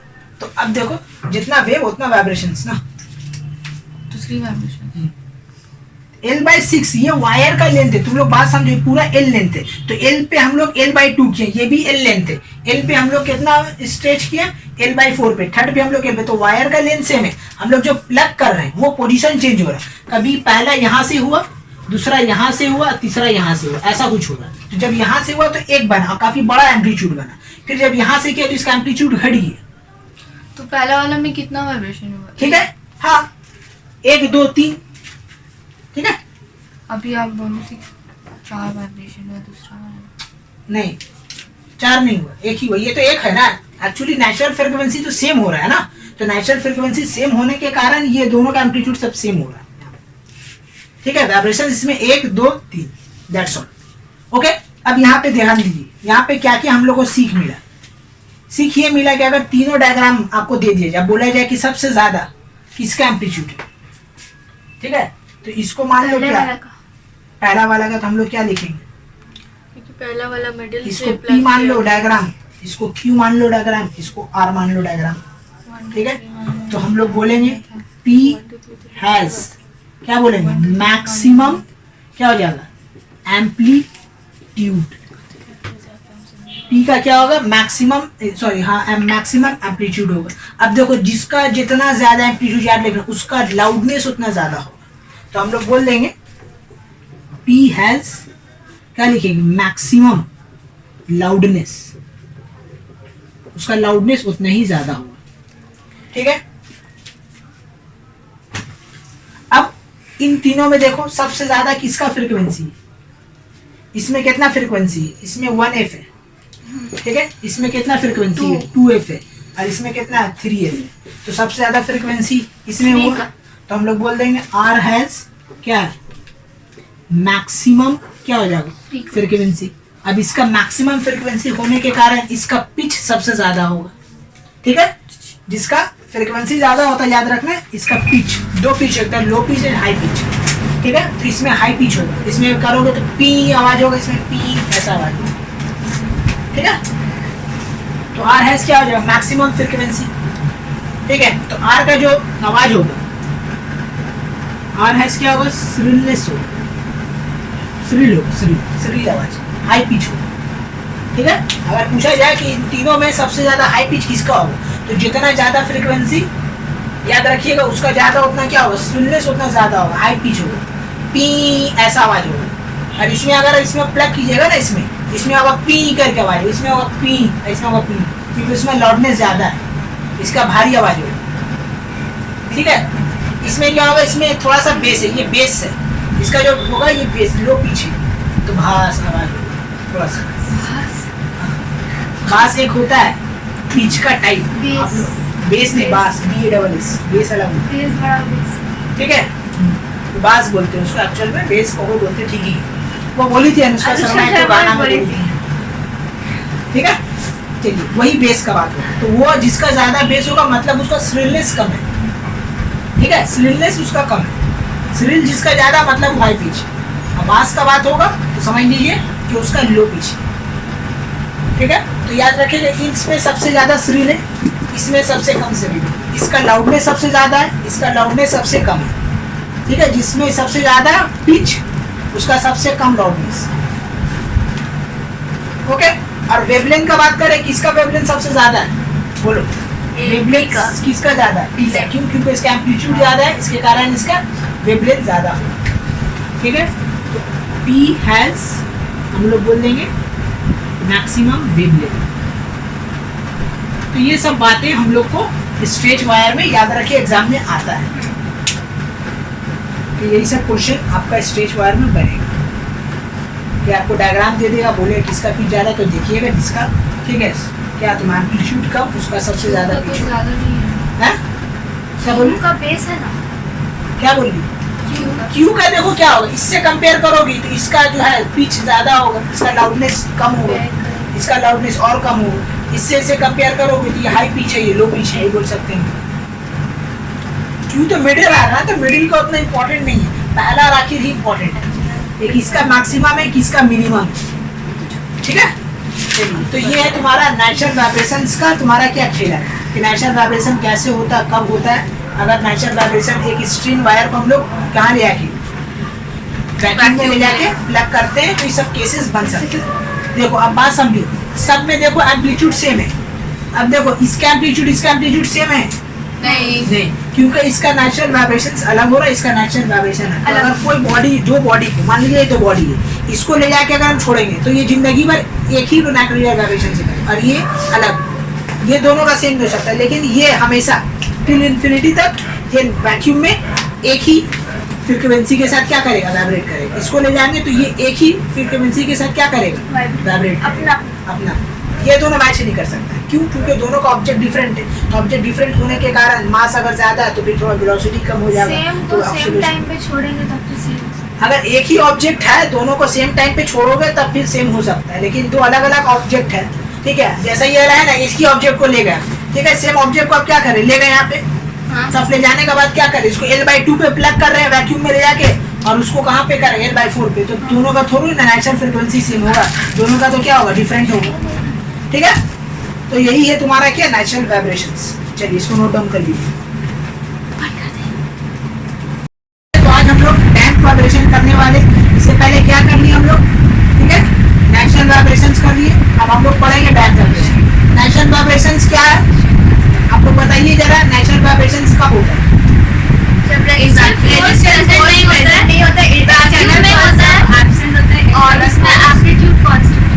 और जब बॉडी इंफिनिटी तक वाइब्रेट करेगा, वो तो वाइब्रेट करेगा। हम पूछे The periodic vibration of constant amplitude in the absence of कि नेचुरल वाइब्रेशंस कब होगा। तो अगर कोई बॉडी को हम लोग वैक्यूम में मिला के एक बार ऑक्सीजनेट कर देंगे तो वो नेचुरल वाइब्रेशन, ऑसिलेट, ठीक है। और नेचुरल वाइब्रेशन मतलब कि उसका जो फ्रीक्वेंसी है वो कभी घटेगा नहीं। क्यों नहीं घटेगा भाई, उसका फ्रीक्वेंसी नहीं घटेगा, जस्ट बिकॉज ऑफ दैट कि उसका जो है रेजिस्टिव फोर्स उसमें एब्सेंट होगा, यानी कोई एक्सटर्नल फोर्स नहीं लगेगा, frequency भी फ्रीक्वेंसी का कांस्टेंट रहेगा और उसका एम्पलीट्यूड भी कांस्टेंट रहेगा। हाँ, एक सेकंड में वो तो नहीं बात भूलेगा ना, हर एक ऑब्जेक्ट का नेचुरल फ्रीक्वेंसी अलग होता है, लेकिन वो नेचुरल फ्रीक्वेंसी फिक्स्ड है वो, ठीक है। अब नेक्स्ट आते हैं डैम्प। तो आप लोग देखिए नेचुरल में जो जो चीज बोला है वो जस्ट इसका उल्टा हो जाएगा तो बन जाएगा डैम्प। तो वहां पे क्या बोला था, एम्पलीट्यूड कांस्टेंट था, यहाँ पे एम्पलीट्यूड क्या बोलेंगे, ये वैरी करेगा, माने डिक्रीज करेगा। वहां पे क्या बोला था, रेजिस्टिव फोर्स एब्सेंट है, यहाँ पे रेजिस्टिव फोर्स क्या होगा, प्रेजेंट होगा। और क्या बोले थे वहां पे कि body will vibrate till infinity, और यहाँ पे body will stop after some time. बस कोई बात यहाँ पे। तो पहले क्या बोलेंगे कि रेजिस्टिव फोर्स इज प्रेजेंट, ठीक है। दूसरा हम लोग क्या बोलेंगे, body will stop, okay, after some time, some interval of time, some time,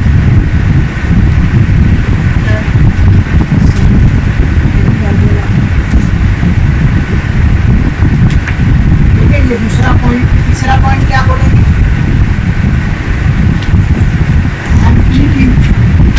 okay, will decrease। ये सब बातें डैम्प वाइब्रेशन में, ठीक है। तो ये बात जाहिर सी बात है भाई कि डैम्प वाइब्रेशन होगा कब, तो देखो अगर कोई बॉडी को एयर में हम लोग वाइब्रेट करते हैं, ठीक है, अगर कोई बॉडी को हम लोग क्या चीज में, एयर में वाइब्रेट करेंगे तो डैम्प वाइब्रेशन।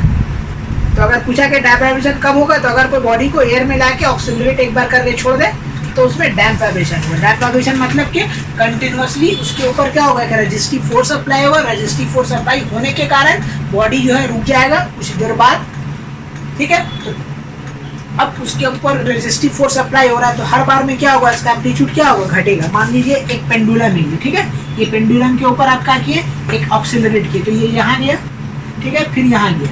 अब नेक्स्ट टर्म में क्या होगा, यहाँ जाएगा, फिर यहाँ जाएगा, फिर नेक्स्ट टर्म और छोटा होगा, फिर छोटा होता तो एक वक्त ऐसा आएगा रुक जाएगा। तो इस तरीके से बॉडी क्या होगा, वाइब्रेट करते करते एक वक्त ऐसा आएगा रुक जाएगा, मतलब ये ऐसे हिल रहा, ऐसे हिलते हिलते हिलते जैसा पेंडुलम होता है ना, तो पेंडुलम को अगर एक बार फिरा के चले जाइए तो सामने आइएगा तो देखिएगा पेंडुलम रुक जाएगा। क्यों रुक जा रहा है, क्योंकि एयर का मॉलिक्यूल्स क्या कर रहा है, कंटिन्यूअसली उसके ऊपर रेजिस्टिव फोर्स अप्लाई कर रहा है, उसको एनर्जी को कम कर दे रहा है। इसका वजह से एक वक्त ऐसा आएगा तो रेस्ट में वैक्यूम में अगर हम तो चला तो चलते रहेगा। हाँ, वैक्यूम में चलते रहेगा, वैक्यूम में चलते रहेगा क्योंकि वहाँ ये चीज नहीं है, इसी के लिए चलते रहेगा हमेशा, वो रुकेगा ही नहीं। ओके, तो ये तुम्हारा है डैम्प वाइब्रेशन। इसका अगर हम फ्रीक्वेंसी भी डिक्रीज होगा है फ्रीक्वेंसी, हाँ जाहिर सी बात है, एम्पलीट्यूड घटेगा तो फ्रीक्वेंसी तो ठीक है। जी। अब देखो इसका डेफिनेशन हम बता दे रहे कि डैम्प वाइब्रेशन होता है, ये तो पता है, सब पॉइंट है याद रखने का, ठीक है। अब इसी को मिला जुला के इसका क्या बना देंगे हम लोग, डेफिनेशन बना देंगे। तो डेफिनेशन क्या बोलेंगे, द पीरियोडिक, ठीक है, vibration of a body of decreasing amplitude in, वहाँ बोला था एब्सेंट, यहाँ बोलेंगे in presence of resistive force, ठीक है, acting on it is called, क्या हो जाएगा, डैम्प वाइब्रेशन। ओके, चलिए हम इसका डेफिनेशन लिख दे रहे हैं। तो अगर आपको डेफिनेशन पता है तो उससे पॉइंट निकाल सकता है, पॉइंट पता है तो उससे मिलजुल के डेफिनेशन बन सकता है। हम लोग बोलेंगे the periodic, okay, vibration of a body of decreasing amplitude, okay, in the presence of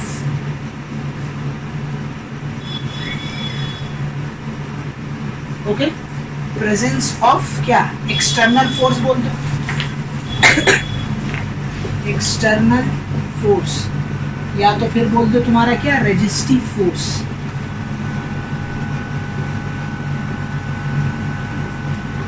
acting on it is called, हम लोग बोलेंगे डैम्प वाइब्रेशन। देखो डैम्प मतलब क्या होता है, कम हो जाना, माने घटना। डैम्प मतलब होता है घटना, कोई भी चीज क्या हो रहा है, घट रहा है, तो वाइब्रेशन घट रहा है। तो घट रहा है, क्यों घट रहा है, due to the resistive force. Okay, so this is the complete definition of damp vibrations. Okay, the periodic vibrations of a body of decreasing amplitude, amplitude क्या होगा उसका, घटेगा, अभी हम लोग डायग्राम में देखेंगे, in presence of क्या, external force, ठीक है, acting on it is called damp vibration. इसका देखो डायग्राम देखो, तो हम लोग उसमें जो बनाया था डायग्राम इसमें भी बनाएंगे। क्या, एक डिस्प्लेसमेंट टाइम ग्राफ का क्या होगा, तुम्हारा डायग्राम होगा इस तरीके से, ठीक है। तब देखो इसका क्या होगा, वाइब्रेशन क्या होता है, घटता है, एक वक्त आके रुक जाएगा, तो मतलब ऐसा कुछ होगा,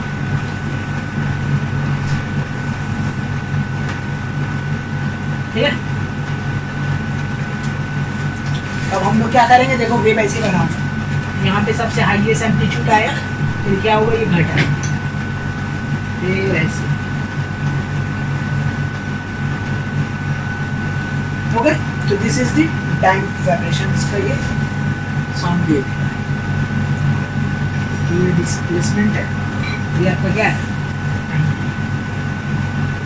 डैम्प वाइब्रेशन में क्या हो, क्या आप लोग देख रहे कि वाइब्रेशन हो रहा डिक्रीजिंग एम्पलीट्यूड, ठीक है। एक वक्त ऐसा आया कि बॉडी विल स्टॉप,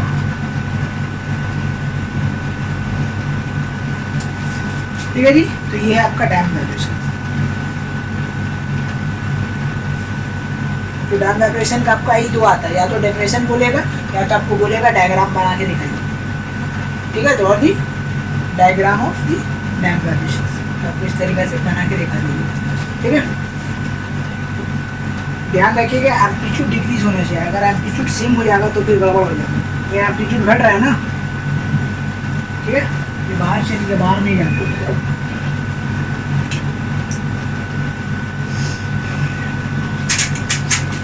ओके, तो this is the damp vibration. अब आते हैं हम लोग नेक्स्ट तुम्हारा फोर्स वाइब्रेशन।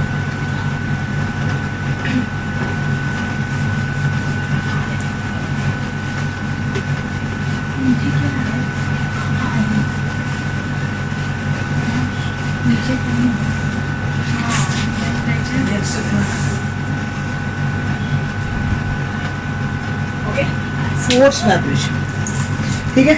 देखिए फोर्स वाइब्रेशन क्या होता है,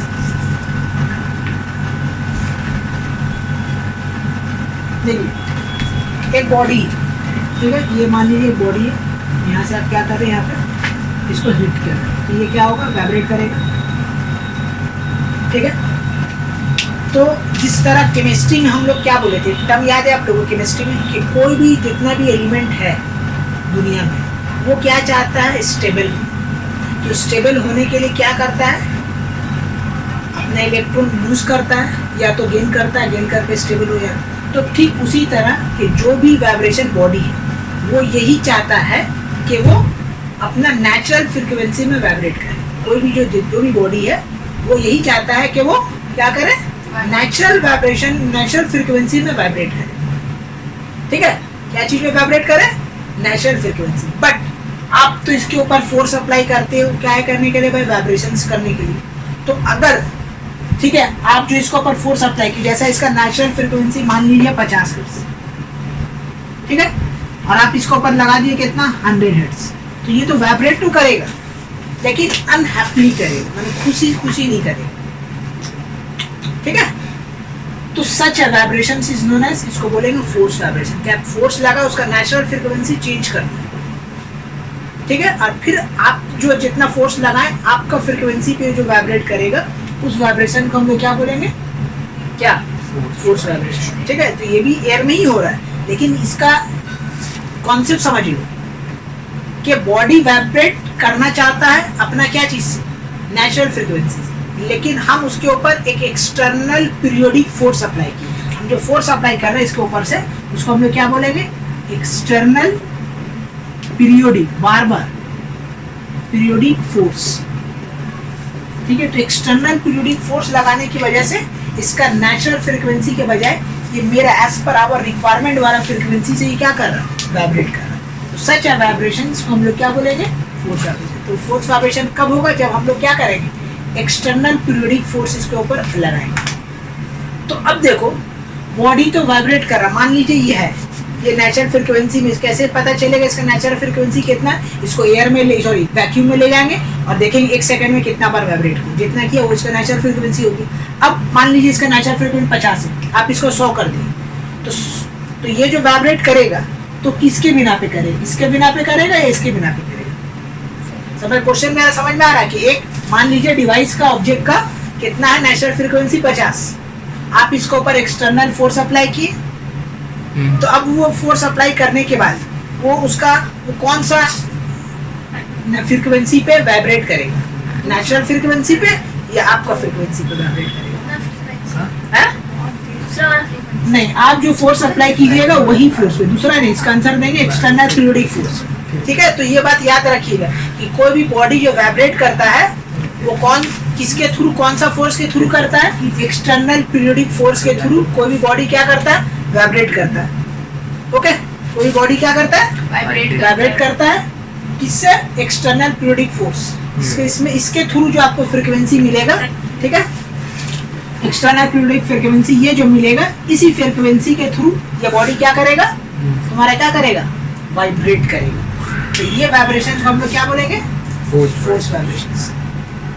समझ में आ रहा, यही होता है तुम्हारा फोर्स वाइब्रेशन। तो फोर्स वाइब्रेशन हम लोग एक्सटर्नल फोर्स जो अप्लाई कर रहे हैं तो बॉडी को, ठीक है, तो आप जो एक्सटर्नल फोर्स अप्लाई किए तो उस वक्त बॉडी वाइब्रेट करे अनहैप्पी, खुशी खुशी नहीं। लेकिन अगर आप, ठीक है, कोई फोर्स अप्लाई नहीं करेगी, आपका जो फोर्स है वो उसका नेचुरल फ्रीक्वेंसी से मैच कर दिया, तब वो क्या करेगा, खुशी खुशी क्या करेगा, वाइब्रेट करेगा।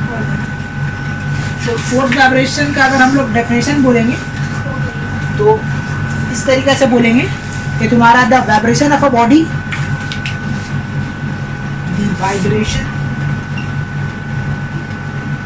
Of a body take place, okay, under the influence of external periodic force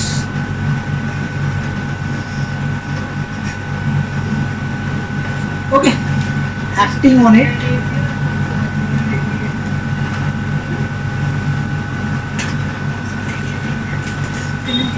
are called क्या बोलेंगे, फोर्स वाइब्रेशन। ठीक है, तो हम लोग क्या बोलेंगे, फोर्स्ड वाइब्रेशन। ठीक है जी, फोर्स वाइब्रेशन समझ में आ गया क्या हो रहा, got the point.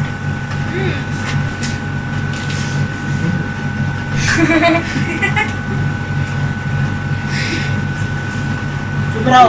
The vibration of a body take place under the क्या इन्फ्लुएंस ऑफ क्या external periodic force acting on it are called, हम लोग क्या बोलेंगे फोर्स्ड वाइब्रेशन। ओके, हम लोग क्या बोलेंगे फोर्स्ड वाइब्रेशन। तो फोर्स वाइब्रेशन क्या है आप लोग को क्या है समझ में आ गया। अब देखिए फोर्स वाइब्रेशन में फ्रीक्वेंसी का अगर हम लोग बात करें भाई, एम्पलीट्यूड का अगर हम लोग बात, फ्रीक्वेंसी तो समझ में आई है कि हम लोग का दिए गया हुआ फ्रीक्वेंसी, ठीक है। जैसा ये बॉडी है, ये वैक्यूम में वाइब्रेट कर रहा है, अब हम इसके ऊपर एक फोर्स लगाएं तो देखो इसका आवाज चेंज हो रहा है ना। तो मतलब अब ये बॉडी कौन सा, ठीक है, वाइब्रेशन दे रहा है, फोर्स वाइब्रेशन दे रहा है। क्यों? क्योंकि हम इसके ऊपर एक एक्सटर्नल फोर्स अप्लाई करें। तो इसका नेचुरल फ्रीक्वेंसी का बजाय ये कौन सा फ्रीक्वेंसी से वाइब्रेट कर रहा है जो हम फोर्स अप्लाई करें। आवाज तो सेम है, आवाज सेम नहीं आएगा, डिफरेंट आएगा। नेचुरल फ्रीक्वेंसी पे आवाज दूसरा आता है, हाँ मतलब ऐसा टाइप का भी नहीं आता। सेम अलग आएगा। नेचुरल फ्रीक्वेंसी में साउंड कुछ और प्रोड्यूस होगा, ठीक है। आप एक्सटर्नल फोर्स जो लगाइएगा उसमें कुछ और होगा, समझ रहे ना। कि मान लीजिए इसका नेचुरल फ्रीक्वेंसी है 2 हर्ट्ज, आप लगा दिए 4 हर्ट्ज, ठीक है। तो ये वाइब्रेट करेगा 4 हर्ट्ज के थ्रू, 2 हर्ट्ज के थ्रू वाइब्रेट नहीं करेगा। तो ये सब बात याद रखिए, इसको मिटा दे रहे हैं। अब फोर्स वाइब्रेशन में एक चीज याद रखना कि जो भी एम्पलीट्यूड होता है, ठीक है, द एम्पलीट्यूड,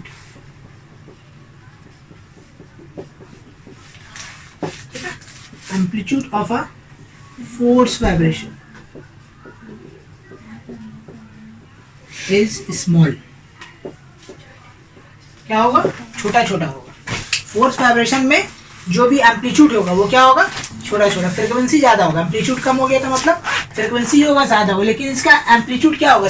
कम होगा। तो एम्पलीट्यूड कम होने के कारण क्या होगा? लाउडनेस कम हो जाएगा, ठीक है। Loudness will less.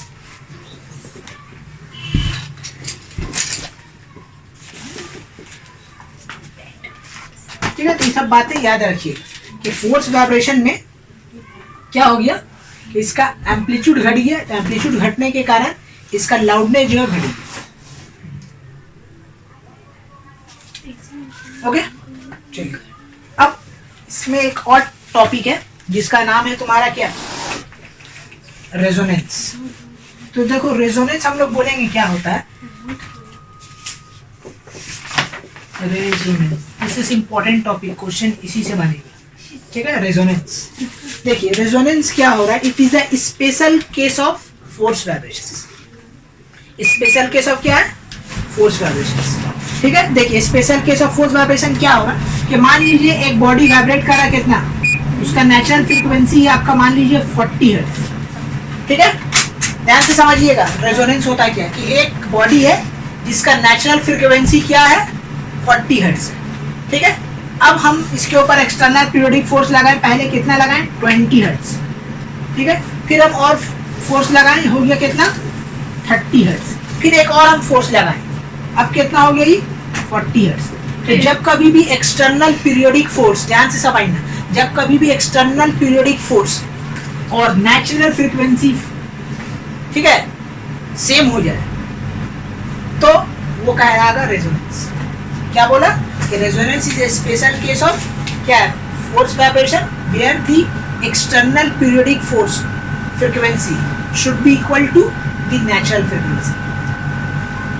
Force vibration में क्या हो रहा था कि नेचुरल फ्रीक्वेंसी आपका और फोर्स वाइब्रेशन वाला फ्रीक्वेंसी दोनों सेम नहीं था, लेकिन एक वक्त ऐसा आया कि क्या हो गया? दोनों सेम हो गया। तो सेम हो गया तो वो केस बन गया क्या? रेजोनेंस। तो जब रेजोनेंस होगा तो याद रखना कि इसका एम्पलीट्यूड बहुत ज़्यादा होगा, ठीक है, लाउडनेस बहुत ज़्यादा, ठीक है, ज़्यादा एम्पलीट्यूड बनाएगा, बड़ा होगा। तो रेजोनेंस क्या है समझ में आ गया आप लोग को? ठीक है, रेजोनेंस क्या होगा? कब बनेगा resonance? When the external force frequency should be equal to natural frequency of a body. जब दोनों क्या हो जाए? सेम हो जाए। तो जब कभी भी दोनों सेम हो जाएगा तो समझ लीजिए कि वो क्या हो रहा है? वहाँ पे रेजोनेंस का फेनोमेना हो रहा है, ठीक है। तो रेजोनेंस का अगर हम लोग डेफिनेशन बोलेंगे तो हम लोग बोलेंगे कि द एक्सटर्नल पीरियोडिक या फ्रीक्वेंसी ऑफ, ऐसा बोल सकते हैं, the frequency of external periodic okay vibration, ठीक है, of a body is equal to, ठीक है, it's natural frequency,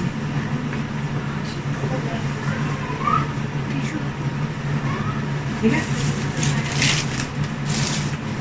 then this phenomenon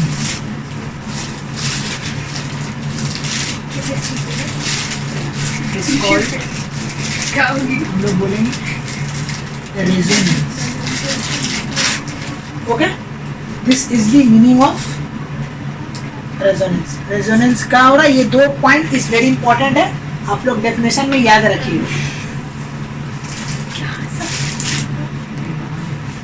कि the frequency of the external periodic force और natural frequency मैच करना चाहिए, ठीक है, this is the condition. अगर पूछा जाए कि what is the condition of the resonance, तो हम लोग बोलेंगे the frequency of the external periodic force should be match with the, क्या हम लोग बोलेंगे, natural frequency, it's natural frequency. अगर मैच कर गया तो कौन सा होगा, वो resonance होगा और कुछ नहीं होगा, और resonance होगा that means क्या होगा, हाई एम्पलीट्यूड, ठीक है, high amplitude, amplitude will high, amplitude will large, ठीक है, ये याद रखिएगा इन केस ऑफ क्या, रेजोनेंस. फोर्स वाइब्रेशन में कम होगा, लेकिन वही स्पेशल केस अगर बन गया दोनों का नेचुरल फ्रीक्वेंसी, तो इसका एम्पलीट्यूड ज्यादा होगा तो लाउडनेस विल इंक्रीजेस,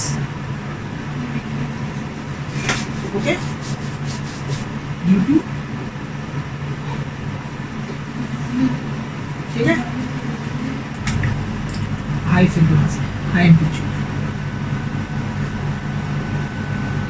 ओके, ये सब बातें आपको याद रखना, you have to keep it in your mind कि जब कभी भी रेजोनेंस हो रहा है तो आप समझ लीजिए कि आपका दिया गया वाइब्रेशंस का फ्रीक्वेंसी उसका नेचुरल फ्रीक्वेंसी से मैच करिए, ठीक है. तो अगर मान लीजिए ये बॉडी है वाइब्रेट कर रहा है, हम भी वाइब्रेशन दे रहे हैं, तो अगर मेरा वाइब्रेशन और इसका दोनों नेचुरल फ्रीक्वेंसी मैच कर लिया तो ये बहुत ज़्यादा लाउड करेगा, बहुत ज़्यादा.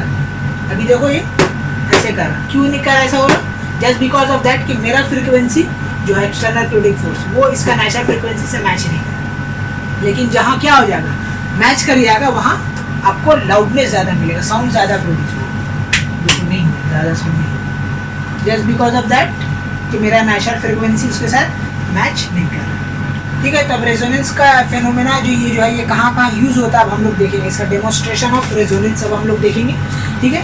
बहुत जगह होता है, लेकिन हम लोग का बुक में 3 ही मेन है, तो उसी को 3 को डिस्कस करेंगे हम लोग. ये एक टर्निंग फोक वाला है, एक तुम्हारा पेंडुलम वाला है, और एक तुम्हारा वाटर, ठीक है, कॉलम वाला, ठीक है. तो हो रहा है तुम्हारा डेमोन्स्ट्रेशन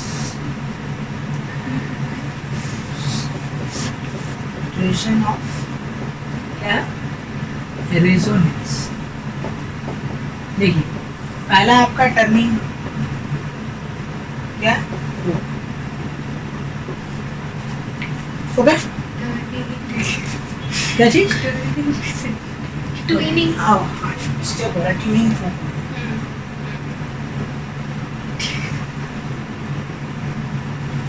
ओके. चलिए देखिए इसका सेटअप क्या है कि हम लोग 2 ट्यूनिंग फोक लगाएंगे इस तरीके से, ओके, लगाएं, हो गया, हाँ, ठीक है. और इसके अंदर हम लोग क्या करेंगे, इसका नीचे, अंदर नहीं, इसका नीचे हम लोग क्या करेंगे, एयर बॉक्स लगाएंगे. एयर बॉक्स मतलब कि जिसमें खाली एयर और कुछ नहीं. लगाने के बाद आप देखिए ये ट्यूनिंग ए है, ये ट्यूनिंग बी है, वो बी है. अब एक चीज हमेशा नोटिस कीजिएगा कि ये जो ट्यूनिंग फोक है ये दोनों का नेचुरल बोले सॉरी, दोनों आइडेंटिकल है, ए एंड बी आर क्या है आइडेंटिकल, ठीक है, in shape and size. Shape and size में क्या है इसका, क्या है ये सेम, कंपनी ठीक है। कंपनी को लेना देना नहीं, फालतू क्वेश्चन नहीं, कंपनी से हमको कोई लेना देना नहीं। दोनों आइडेंटिकल है, दोनों एक ही कंपनी का, दोनों एक ही मटेरियल का बना हुआ है, ठीक है। दोनों आइडेंटिकल है, मैंने दोनों एक ही जैसा है, तो इसकी जैसा है मतलब कि ये लोग शेप एंड साइज सेम है। तो अब देखो शेप एंड साइज सेम है इसका, तो एक चीज तो समझ में आ गया कि दोनों का एम्पलीट्यूड दोनों में क्या है सेम है, दोनों का नेचुरल फ्रीक्वेंसी भी क्या होगा सेम होगा, आइडेंटिकल है ना भाई, तो आइडेंटिकल है मतलब कि दोनों का सब नेचुरल same। फ्रीक्वेंसी सेम है, ठीक है। अब आइए यहाँ पे देखिए ध्यान से, नेचुरल फ्रीक्वेंसी सेम हम समझा कैसे कि दोनों का नेचुरल फ्रीक्वेंसी सेम होगा, उसका वजह ही यही है कि शेप एंड साइज दोनों का सेम, इसलिए दोनों का नेचुरल फ्रीक्वेंसी सेम। अब देखो खेला क्या होगा, हम लोग क्या कि यहाँ से एक फोर्स लगाएं टर्निंग फोक को, ठीक है, जस्ट एक बार ऑक्सीलेट, ठीक है, ट्यूनिंग फोक को ऑक्सीलेट करके हम लोग छोड़ दिए। तब जैसे ही छोड़े तो क्या हुआ, ये वाइब्रेट किया, वाइब्रेट करके क्या है यहाँ एयर मॉलिक्यूल को हिट किया। अब ये एयर मॉलिक्यूल इसका क्या आ गया साउंड, ये तुम्हारा क्या है, ये तुम्हारा साउंड बॉक्स है, ठीक है, ये क्या साउंड बॉक्स है। अब देखो ध्यान से समझो रेजोनेंस हो रहा है कैसे, यहाँ से हम लोग एक बार ऑक्सीलरेट किए ट्यूनिंग फोक को, अब ये वाइब्रेशन करते करते कहाँ ये नीचे आया, तो एयर साउंड एयर बॉक्स में, एयर बॉक्स का जो मॉलिक्यूल्स है इसको हिट किया ये वाइब्रेशन में। अब ये वाइब्रेशन करते करते क्या होता है, एनर्जी ट्रांसफर होगा इधर से उधर, इधर से इधर आया, तो इसका क्या हुआ, एयर मॉलिक्यूल्स को हिट किया, इधर आया, इधर वाइब्रेशन हुआ, वाइब्रेशन इधर वाइब्रेशन हुआ, तो क्या हो गया, ये ट्यूनिंग फोक क्या होने लगा, ये भी ट्यूनिंग फोक क्या होने लगा, वाइब्रेशन होने लगा। तो अब यहाँ पे कौन सा वाइब्रेशन हुआ, यहाँ पे जो ट्यूनिंग फोक जो एयर बॉक्स का जो हिलने लगा पार्टिकल्स, ठीक है, फोर्स वाइब्रेशन में, क्यों, क्योंकि नेचुरल फ्रीक्वेंसी सेम नहीं, इसी के लिए यहाँ पे हो गया तुम्हारा क्या फोर्स वाइब्रेशंस, ठीक है। तो ये वाइब्रेशन यहाँ हुआ, यहाँ भी कौन सा हुआ, ये भी तुम्हारा हो गया क्या फोर्स वाइब्रेशन। तो अब मान लो कि इसका ये जो ट्यूनिंग फोक है इसका मान लो नेचुरल फ्रीक्वेंसी कितना है 10 हर्ट्ज, कितना 10 हर्ट्ज। तो अब ये 10 हर्ट्ज यहाँ आया, यहाँ भी उतना गया, और ये भी क्योंकि दोनों आइडेंटिकल है तो ये भी कितना हर्ट्ज से वाइब्रेट करेगा 10 हर्ट्ज। तो अब देखो दोनों का एक्सटर्नल पीरियोडिक फोर्स और इसका क्या हो गया नेचुरल फ्रीक्वेंसी, दोनों क्या हो गया सेम हो गया। तो सेम होने के कारण अब ए एंड बी जो दोनों ट्यूनिंग फोक है ये लोग जो वाइब्रेट करेगा क्या होगा बहुत ज़्यादा साउंड से, क्यों, क्योंकि यहाँ पे रेजोनेंस हो, ठीक है। तो हो रहा है सब जगह फोर्स वाइब्रेशन, लेकिन ये लोग दूसरे जो फेनोमेना है ए और बी का वो क्या है तुम्हारा रेजोनेंस। ये रेजोनेंस के कारण एम्पलीट्यूड इसका क्या हो गया बहुत ज़्यादा होगा और लाउड साउंड प्रोड्यूस करेगा, ठीक है। तो ये दोनों एक जैसा लेने का वजह ही यही है कि अगर हम लोग एक जैसा नहीं लेंगे तो फिर इसका जो फ्रीक्वेंसी जो ट्रांसफॉर्मेशन है वो अगर सेम होगा भी तो इसका क्या बोलते हैं नेचुरल फ्रीक्वेंसी चेंज हो जाएगा। तो अगर दोनों का सेम रहेगा तो जितना हर्ट्ज यहाँ प्रोवाइड किया उतना हर्ट्ज क्या होगा, भाई मैंने 10 हर्ट्ज इसको दिया, ये इसको 10 हर्ट्ज देगा, ये इसको 10 हर्ट्ज, ये इसको 10 हर्ट्ज, ठीक है। तो दोनों मैच कर गया, तो मैच कर गया तो लाउडनेस बढ़ जाएगा, ठीक है।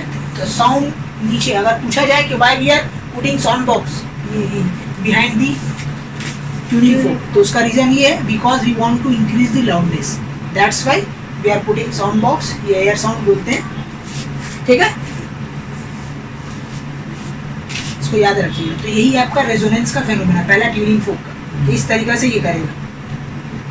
हो गया, एग्जाम में ये आता है कि किसका कौन क्या क्या चीज़ से वाइब्रेट करेगा, तो आप लोग जान लीजिए ये भी फोर्स वाइब्रेशन है, ये भी फोर्स वाइब्रेशन है, ठीक है। और ये दोनों के बीच में क्या हो रहा है रेजोनेंस हो रहा है। नेक्स्ट अब आते हैं हम लोग तुम्हारा कौन सा पेंडुलम वाला।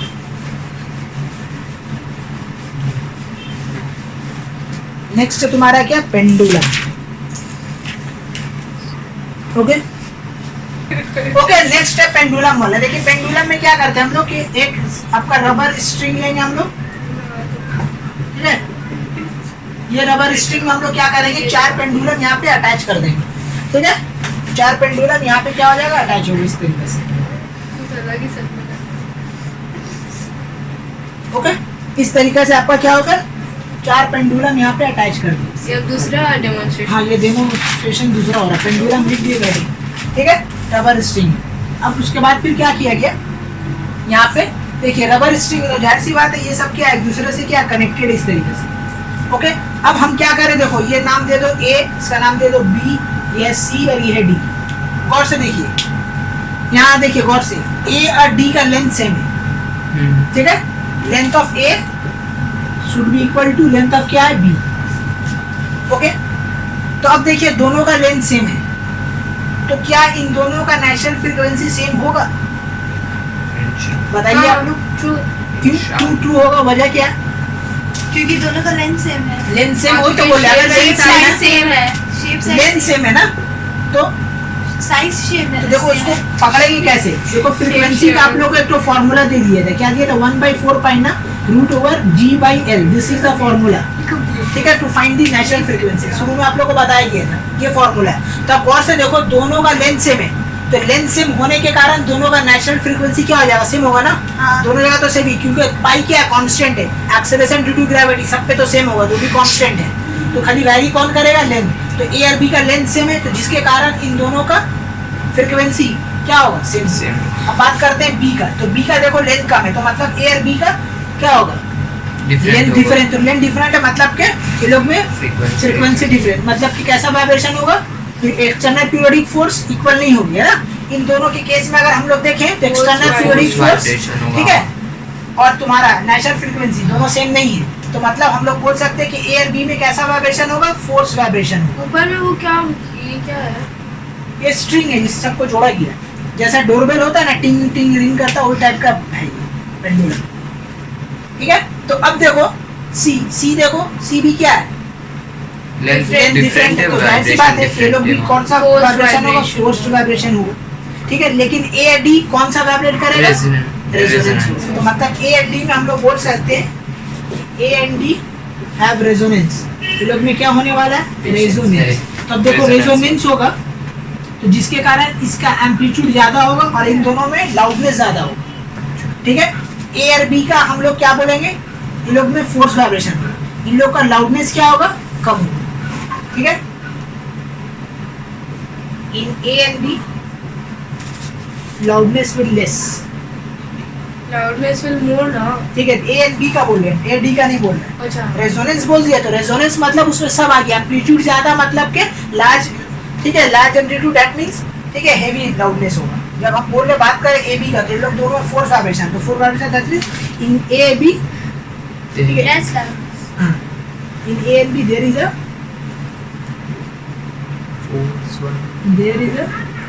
हम लोग बोल सकते हैं फोर्स वाइब्रेशन,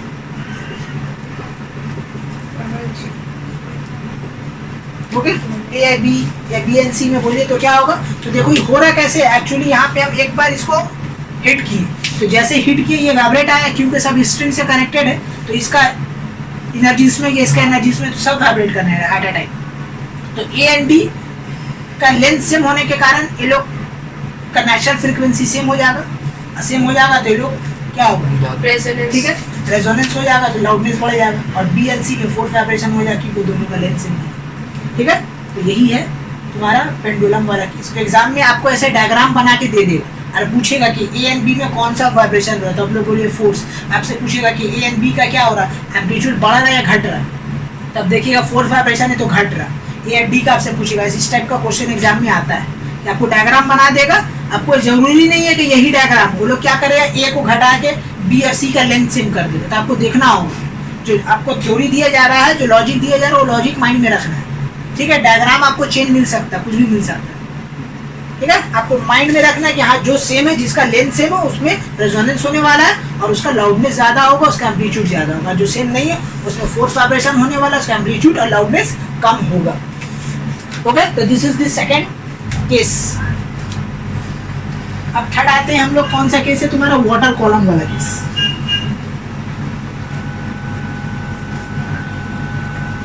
तो वाटर कॉलम वाला जो केस है उसमें हम लोग देखते हैं, इसको हेडिंग देंगे हम लोग एयर कॉलम, ठीक है। क्या किया जाता है, इसका सेटअप है कि एक हम लोग क्या लेंगे, इस टाइप का सिलेंड्रिकल जार लेंगे, और इसमें क्या करेंगे, वाटर इसमें डाल देंगे, ठीक है, वाटर डाल देंगे, और उसके बाद यहाँ पे क्या करेंगे, एक टैब हम लोग लगा देंगे, क्या लगेगा, टैब। ये टैब जो किसी और के साथ चाहें तो आप ऐसे कनेक्ट कर सकते हैं, ठीक है? जरूरी नहीं है। हैं? जरूरी नहीं है। हाँ जरूर नहीं, आप पानी बहा भी सकते हैं, बाहर फेंक भी सकते हैं, आपको तो एक्सपेरिमेंट करना है, आप चाहे स्टोर करके भी रख सकते हैं, जैसा आपको मर्जी, जो खेला है वो समझ लीजिए। ये है, अब यहाँ पे एक हम लोग ट्यूनिंग फोक लगाए इस तरीके से, ओके? ट्यूनिंग फोक ला के यहाँ पे क्या किए, लगाए और इसको क्या किए, वाइब्रेट किए। हाँ। तो जैसे ही वाइब्रेट किए क्या होगा, मान लीजिए इसका नेचुरल फ्रीक्वेंसी है आपका कितना, मान लीजिए आपका 200, इसका नेचुरल फ्रीक्वेंसी ट्यूनिंग फोक का 200 है, इसका नेचुरल फ्रीक्वेंसी इसको वाइब्रेट की। तो अब यहाँ पे देख रहे हैं वाटर, तो इसका क्या है, इसका नेचुरल फ्रीक्वेंसी एयर कॉलम है, इसका नेचुरल फ्रीक्वेंसी कुछ और है, मान लीजिए आपका भी कितना है, ये 800 हर्ट्ज, ठीक है, मान लीजिए।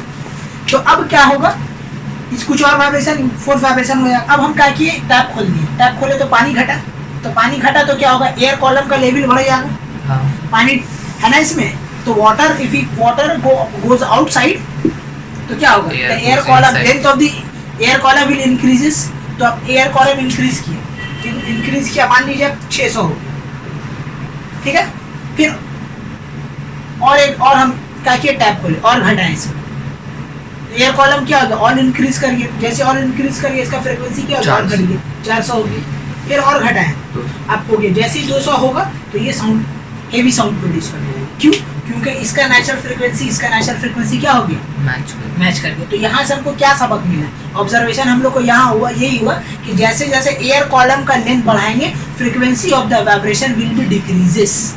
यहाँ से हम लोग को यही ऑब्जर्वेशन मिला, ये जो एक्सपेरिमेंट किए हम लोग एयर कॉलम में, तो इसका मतलब यही चला कि जैसे जैसे हम लोग वाटर घटा रहे, माने एयर बढ़ा रहे कोई भी ट्यूब में, तो याद रखिएगा उसका क्या होगा, फ्रीक्वेंसी जो है घटेगा।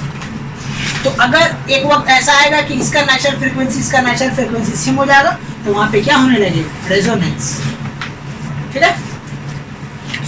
तो यहाँ से पानी यहाँ इसमें जमा होते जाएगा, और तो हमेशा याद रखिएगा कि इफ वाटर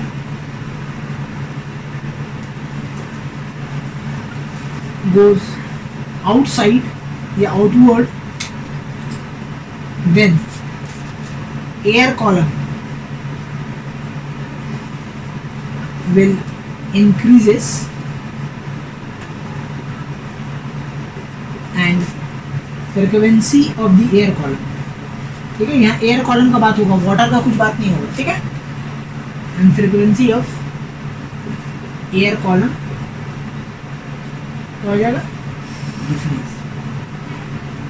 डिक्रीज कर, ओके। तो इससे हम लोग को क्या सबक मिला कि जो भी आपका air, length of the air column है, ठीक है, लेंथ ऑफ एयर कॉलम, ठीक है, that is inversely proportional to the क्या हो जाएगा, फ्रीक्वेंसी ऑफ क्या हो जाएगा,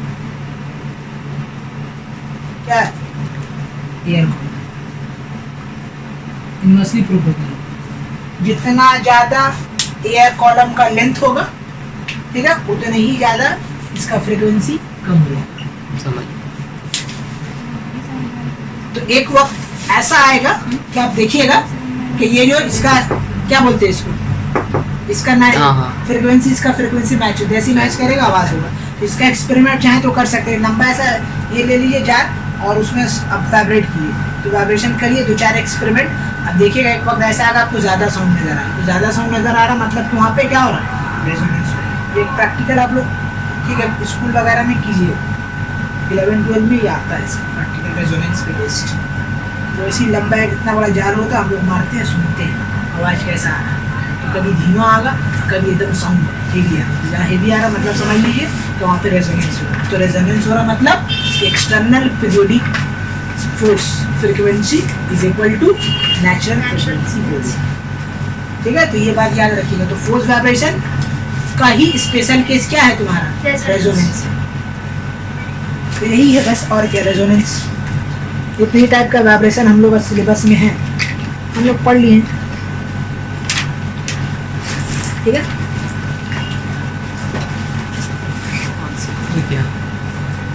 ठीक है, बात यहीं तक रखिए।